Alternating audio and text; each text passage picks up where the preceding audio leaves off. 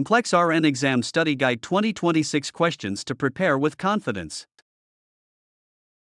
Question 1. Nurse Sugar is assessing a client with Cushing's syndrome. Which observation should the nurse report to the physician first? Option A. Pitting edema of the legs. Option B. An irregular apical pulse. Option C. A dry mucous membranes. Option D. A frequent urination. The correct answer is option B. An irregular apical pulse. Cushing's often involves hypokalemia. An irregular pulse could indicate a dangerous cardiac arrhythmia caused by electrolyte imbalances. Question 2. A client with severe head trauma has urine output rise above 200 ml/hour. Which laboratory findings support the suspicion of diabetes insipidus? Option A. Above normal urine and serum osmolality. Option B. Below normal urine and serum osmolality. Option C. Above normal urine osmolality, below normal serum osmolality. Option D. Below normal urine osmolality, above normal serum osmolality. The correct answer is option D. Below normal urine osmolality, above normal serum osmolality. In D, the lack of ADH leads to the excretion of large amounts of dilute urine, low osmolality, and concentrated blood, high serum osmolality. Question 3. Which statement indicates that a client with hyperosmolar hyperglycemic nonketotic syndrome, HHNS, understands her condition? Option A. I can avoid getting sick by not becoming dehydrated and paying attention to urination and thirst. Option B. If I experience trembling, I should drink soda. Option C. I will notify the physician if my blood glucose is constantly elevated. Option D. If I feel hungry, I'll eat a snack high in carbohydrates.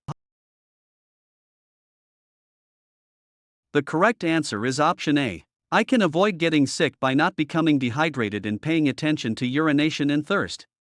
HHNS is often triggered by dehydration. Patients must understand the importance of hydration and monitoring for polyuria and polydipsia. Question 4. A 66-year-old client complains of sleeping more, anorexia, weakness, irritability, and bone pain. The nurse would suspect which disorder? Option A. Diabetes mellitus. Option B. Diabetes insipidus. Option C. Hypoparathyroidism. Option D. Hyperparathyroidism. The correct answer is option D. Hyperparathyroidism. Hyperparathyroidism leads to hypercalcemia, which presents with symptoms like anorexia, bone pain, fatigue, and polyuria.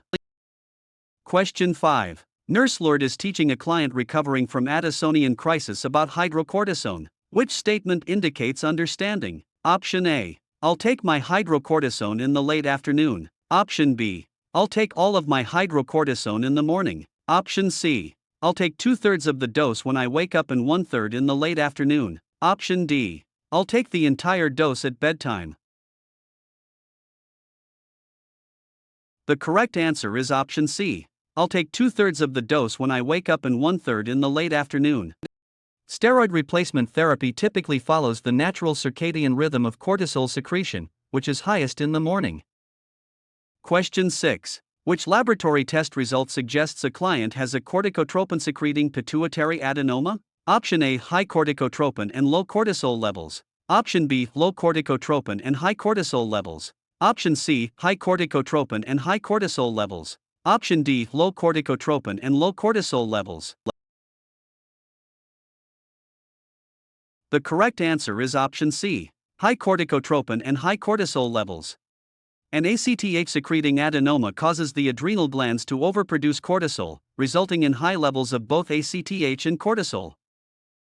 Question 7. A client is scheduled for a transsphenoidal hypophysectomy. Preoperatively, the nurse should assess for potential complications by Option A. Testing for ketones in the urine. Option B. Testing urine-specific gravity. Option C. Checking temperature every 4 hours. Option D. Performing capillary glucose testing every 4 hours. The correct answer is option B. Testing urine-specific gravity. Pituitary surgery carries a high risk of diabetes insipidus. Monitoring urine-specific gravity is essential to detect fluid balance changes.